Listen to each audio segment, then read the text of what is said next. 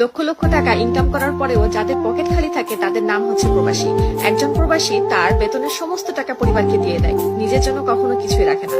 সেই প্রবাসী যখন দেশে যায়, এয়ারপোর্ট থেকে বাড়ি যাওয়া পর্যন্ত যে ট্যাক্সি ভাড়াটা আসে সেটাও তার বিদেশি নোট ভাঙায় দিতে হয়। পরিবারের পকেট থেকে একটা টাকা বের হতে চায় না। একজন প্রবাসী টাকা মানে সবার টাকা, কিন্তু পরিবারের কোনো কিছুই একজন প্রবাসী হতে পারে না। একজন প্রবাসী দেশে গিয়ে সমস্ত টাকা খরচ করার পর যখন তার পরিবারের কাছে তার জমানো টাকা থেকে কিছু টাকা চাইতে যায়, তখনই সবার আসল চেহারা বের হয়ে আসে। কিসের টাকা, কোথাকার টাকা?